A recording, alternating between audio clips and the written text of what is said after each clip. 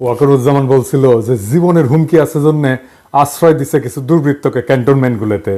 আজ আইএসপিআর থেকে জানানো হয়েছে যে জীবন বিপন্ন 24 জন রাজনৈতিক ব্যক্তিত্ব, 5 জন বিচারক, 19 জন অসামরিক প্রশাসনের কর্মকর্তা, 28 জন পুলিশ অফিসার, 487 জন পুলিশের বিভিন্ন পর্যায়ের সদস্য, বিভিন্ন পাবলিক বিশ্ববিদ্যালয়ের কর্মকর্তা সহ বিবিধ 12 জন এবং 51 জন পরিবার পরিজন সহ মানে স্ত্রী এবং শিশু সহ মোট 626 জনকে বিভিন্ন সেনানিবাসে আশ্রয় প্রদান করা হয়। আবার পরিস্থিতি উন্নতি হইলে 615 জন স্ব উদ্যোগে সেনানিবাস ত্যাগ করে। আবার ওই বিজ্ঞপ্তিতে বলা আছে যে আশ্রয় প্রদানকৃত ব্যক্তিদের মধ্যে এখন পর্যন্ত 4 জনের বিরুদ্ধে অভিযোগ অথবা মামলার ভিত্তিতে যথাযথ আইনি প্রক্রিয়া অনুসরণ করে আইন শৃঙ্খলা বাহিনীর কাছে হস্তান্তর করা হয়েছে। আমি সবার কথা বাদ দিলাম, 4 জনের বিরুদ্ধে তো অভিযোগ আছে, তাই না? বাংলাদেশ দণ্ডবিধির 1860-এর অপরাধীকে আশ্রয় দেওয়া সংক্রান্ত ধারা 212-তে স্পষ্ট করে লেখা আছে, কখনো কোনো অপরাধ সংঘটিত হইলে এরূপ কোনো ব্যক্তিকে আইনানুগ শাস্তি হইতে লুকাইবার অভিপ্রায়ে আশ্রয় দান করে বা লুকাইয়া যে রাখে, যাহাকে অপরাধী বলে জানে বা অপরাধকারী বলিয়া বিশ্বাস করিবার কারণ থাকে, তার মানে সেনাবাহিনী অপরাধীকে আশ্রয় দিছে। 626 জনকে প্রাণ রক্ষার জন্য আশ্রয় দিছে, কথাটা ভুল। যে 4 জন অপরাধীকে লুকায় রাখছিল তাদের তো আইনানুগ শাস্তি থেকে বাঁচানোর জন্য লুকায় রাখছিল সংজ্ঞা অনুসারে। এটা পরিষ্কার ফৌজদারি অপরাধ। সেনাবাহিনীকে পুরা তালিকা দিতে হবে কে কে আশ্রয় নিছিল। এই যে সেনাবাহিনী আশ্রয় দিছে, এটা কি পাবলিক মানিতে আশ্রয় দিছে? তো জনগণের টাকায় আশ্রয় দিছে, তো নিজের ওয়াকারের পকেটের টাকায় তো আশ্রয় দেয়নি, তাই না? কোন অথরিটিতে তারা ঠিক করলো যে তাদের জীবনের আশঙ্কা আছে? এটা কি প্রাতিষ্ঠানিক সিদ্ধান্ত ছিল নাকি কোনো ব্যক্তির সিদ্ধান্ত ছিল? আশ্রয় দেওয়ার পরে কেন যাইতে দিল সরকারের সাথে কথা না বলে, ক্রস চেক না করে? এটা যাতে দেওয়া যায়। আচ্ছা, এইবার একটা জরুরি প্রশ্ন। প্রতিরক্ষা মন্ত্রণালয় কার অধীনে? প্রফেসর ইউনূসের অধীনে। তো স্যার, আপনি কি জানতেন যে এই লোকগুলোকে আশ্রয় দেওয়া হয়েছে, আবার সাইডাও দেওয়া হয়েছে? যদি জানেন তাহলে আপনি অপরাধমূলক কাজে সাই দিলেন কিভাবে? এই দায় তো সেনাবাহিনীর না, এই দায় তো আপনার একার নিজের। আর যদি জানা না থাকেন তাহলে আপনাকে না জানায় সিদ্ধান্ত নেয় কিভাবে সেনাবাহিনী? তার মানে রাষ্ট্রের একটা শক্তিশালী ইনস্টিটিউটের উপরে আপনার কোনো নিয়ন্ত্রণ নাই। ক্ষমতা বুঝেন স্যার? ক্ষমতা, হ্যাঁ, ক্ষমতা কারে কয়? ক্ষমতা হচ্ছে অ্যাবসলিউট, প্রেগন্যান্সির মতো কিন্তু। হ্যাঁ, হাফ প্রেগন্যান্ট বলে কোনো কথা নাই, তাই আংশিক ক্ষমতা বলে কোনো কথা নাই। আপনার যদি সেনাবাহিনীর উপরে কোনো নিয়ন্ত্রণ না থাকে তাহলে আপনার কোনো ক্ষমতা নাই। আপনাকে না জানায় যদি করে থাকে তাহলে যারা অপরাধমূলক কাজটা করছে তাদের বরখাস্ত করেন। এই মাত্র। আপনার ক্ষমতা যে হাফ প্রেগন্যান্সি না এটা প্রমাণ করার এটাই মোক্ষম সময়। কি করবে? আপনারা ধরবে, মারবে? কিচ্ছু হবে না, আমি লিখে দিতে পারি। আপনার কেশাগ্র স্পর্শ করার ক্ষমতা নাই। আর যদি এটা না করেন তাহলে দুর্নীতিগ্রস্ত নিপীড়নের সহযোগী বা নিপীড়ক অপরাধীদের নিরাপদে রাখার এবং চলে যাওয়ার ব্যবস্থা করে দেওয়ার দায় আপনার, একান্তই আপনার। আপনাকে আমি বলছিলাম যে উপদেষ্টা পরিষদ বিপ্লবের মর্মকে ধারণ করে না। আসেন একটা এক্সাম্পল দিই। দেখেন, আপনার পাওয়ারফুল উপদেষ্টা আসিফ নজরুলের ঘরে শোভা পাচ্ছে শেখ মুজিবের ছবি। হ্যাঁ, যে শেখ মুজিবের স্ট্যাচু ভাঙা হইলো সারা বাংলাদেশ জুড়ে, এমনকি ক্যান্টনমেন্টের মধ্যেও ভাঙা হইলো, তাই না? সেনারাই ভাঙছে, শেখ মুজিবের ছবি নামায় ফেলছে সেনারাই, সৈনিকেরাই। আসিফ নজরুল বলতে পারে যে সংবিধান অনুসারে সে জাতির পিতা, তাহলে মুজিবের মূর্তি যারা ভাঙছে তারা সব অপরাধী সংবিধান অনুসারে। আপনি নিজে অবৈধ, কারণ তত্ত্বাবধায়ক সরকার বলে কিছু সংবিধানে নাই। আরো শুনবেন, হাসিনাটা আইন বানায় গেছে 2009-এ। আইনটার নাম হচ্ছে জাতির পিতার পরিবার সদস্যদের নিরাপত্তা আইন 2009। তো এই আইনে বলা আছে যে জাতির পিতার পরিবারের সদস্য মানে শেখ মুজিবের, মানে ওই যে সোহরাওয়ার্দীর বডিগার্ডের জীবিত 2 কন্যা শেখ হাসিনা, শেখ রেহানা এবং তাদের সন্তানাদিদের বোঝাবে। এবং 3 নম্বর ধারায় বলা আছে, এই আইনকে প্রাধান্য দিয়ে বলা আছে আপাতত জারি আছে এমন অন্য আইন যাই থাকুক না কেন এই আইন কার্যকর হবে।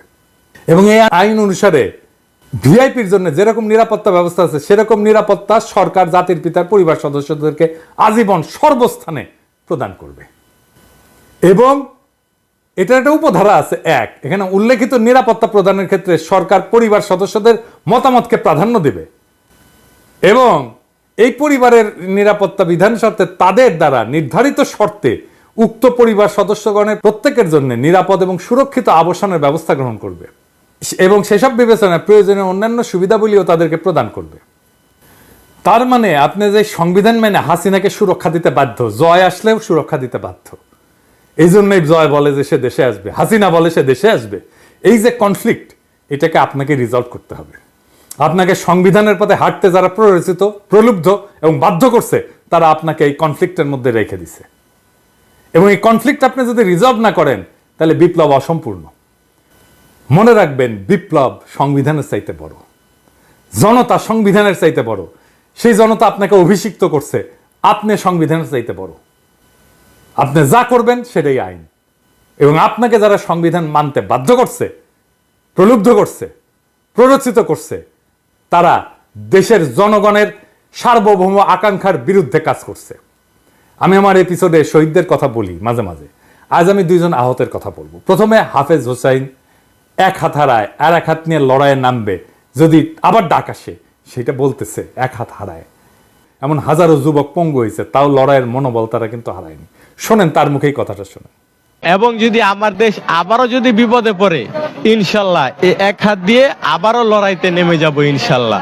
আমার দেশের জনগণ এবং আমার দেশের আমি নিজে ভালোবাসি, আমার দেশের আমি ভালোবাসি, এবং আমার দেশের যে মানুষ, আমি দেশের মানুষরাও অনেক ভালোবাসি। যদি ইনশাল্লাহ আবার ডাক আসে, ইনশাল্লাহ এক হাত দিয়ে আবার লড়াই করতে যাব। আমি মাওলানায় পড়ি, হাফেজি শেষ করে মাওলানায় পড়ি। আমি হাফেজি শেষ করে মাওলানায় পড়াশোনা করি। এখন আর একজন মাদ্রাসা ছাত্রের কথা। সে বলছে যে আন্দোলনে আমরা সফল হয়েছি, কিন্তু আমার জীবন বিপর্যস্ত হয়ে গেছে। এখন অন্যের সাহায্য ছাড়া চলতে পারি না। গুলি লেগে এক চোখ পুরোপুরি নষ্ট হয়ে গেছে। ডাক্তার বলছে অস্ত্রোপচার করলে আর এক চোখ ভালো হইতেও পারে। কখন দিন কখন রাত কিছুই বুঝি না। মা বাবাকেও দেখি না কতদিন। জীবনে এর চেয়ে বড় কষ্ট আর কি হতে পারে।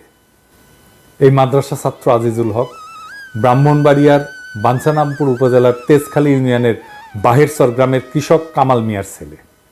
আজিজুল নরসিংদী সদর উপজেলার মাধবদী এলাকার পৌনাপুর ইসলামে ফাজিল মাদ্রাসার এইচএসসি দ্বিতীয় বর্ষের শিক্ষার্থী।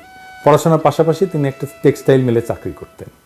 তার এই আয়ে চলত পড়াশোনা আর সংসার। গত 18 জুলাই মাধবদী এলাকায় বৈষম্য বিরোধী ছাত্র আন্দোলনে গিয়ে গুলিবিদ্ধ হন। এরপর থেকে তার জীবন যেন থমকে গেছে। আজিজুল বলেন, কি যে দুর্বিষহ কষ্টে দিন যাচ্ছে তা কাউকে বোঝাতে পারবো না। আমার চোখের আলোর সঙ্গে সংসারের আলোও নিভে যাচ্ছে। আমার দুই চোখের দৃষ্টিশক্তি হারালে সংসার কিভাবে চলবে, এই চিন্তায় ঘুম আসে না। সেদিনের ঘটনা বর্ণনায় তিনি বলেন, পুলিশ ইচ্ছা করেই আমাদের উপর নির্বিচারে গুলি চালিয়েছিল। আমার মাথা এবং মুখের বিভিন্ন অংশে গুলি লাগে। বন্ধুরা প্রথমে নরসিংদী সদর হাসপাতালে নিয়ে যায়, এরপর ঢাকা মেডিকেল কলেজ হাসপাতাল, পরে জাতীয় চক্ষু বিজ্ঞান ইনস্টিটিউট ও হাসপাতালে যাই। তখন রোগীর ভিড়ের কারণে ডাক্তাররা আমাকে রাখতে চাননি। ওই দিনই চক্ষু বিজ্ঞান ইনস্টিটিউটে অস্ত্রোপচার করা হয়। ডাক্তার জানান গুলি লেগে বাচক পুরোপুরি নষ্ট হয়ে গেছে। আজিজুলের বাবা কামাল হোসেন বলেন, টাকার অভাবে আমার সন্তান অন্ধ হয়ে যাবে এটা আমি ভাবতেই পারছি না। বড় ছেলের মৃত্যুর পর আজিজুল সংসারের হাল ধরেছে। লেখাপড়ার পাশাপাশি সে চাকরি করে সংসার চালিয়ে আসছে। তার চিকিৎসা করার মতো টাকা আমার কাছে নাই। এ পর্যন্ত যা চিকিৎসায় খরচ করা হয়েছে তার বন্ধু বান্ধব, আমাদের আত্মীয় স্বজনের কাছ থেকে নিয়েছি। আমার এই ছেলের কিছু হয়ে গেলে আমরা কিভাবে বাঁচব? আজিজুলের মতো হাজারো যুবক এই আন্দোলনের দৃষ্টিশক্তি হারিয়েছে। আর আপনার স্বাস্থ্য উপদেষ্টার আহতদের দেখতে যাওয়ার সময় হয় নাই। আহতদের একটা তালিকা পর্যন্ত করতে পারে নাই স্বাস্থ্য মন্ত্রণালয়। অনেকে চিকিৎসার জন্য হাহাকার করতেছে, টাকার অভাবে চিকিৎসা করতে পারতেছে না। এমনিতে আওয়াজ দিচ্ছে সমস্ত চিকিৎসার দায়িত্ব নিলাম। খবরের কাগজে কি লেখা হচ্ছে? কোনটা বিশ্বাস করবো? আপনার চিকিৎসার দায়িত্ব নিছেন নাকি নেন নাই? কি আর বলবো। আপনার সরকার কিন্তু অস্বাভাবিক দ্রুততায় জনপ্রিয়তা হারাইতেছে। ওদের চোখের আলো নিভে গেলেও আগামীর বাংলাদেশ আপনার চোখে দেখতে চাইছিল ওরা। ওদের শরীর পঙ্গু হয়ে গেলেও আপনার শক্তিতে উঠে দাঁড়াইতে চাইছিল ওরা। এটি বিপ্লবী সরকার। বিপ্লবী সরকার বিপ্লবের সৈনিকদের দেখভাল করে, বিপ্লবকে রক্ষা করে, বিপ্লবের মর্মকে ধারণ করে।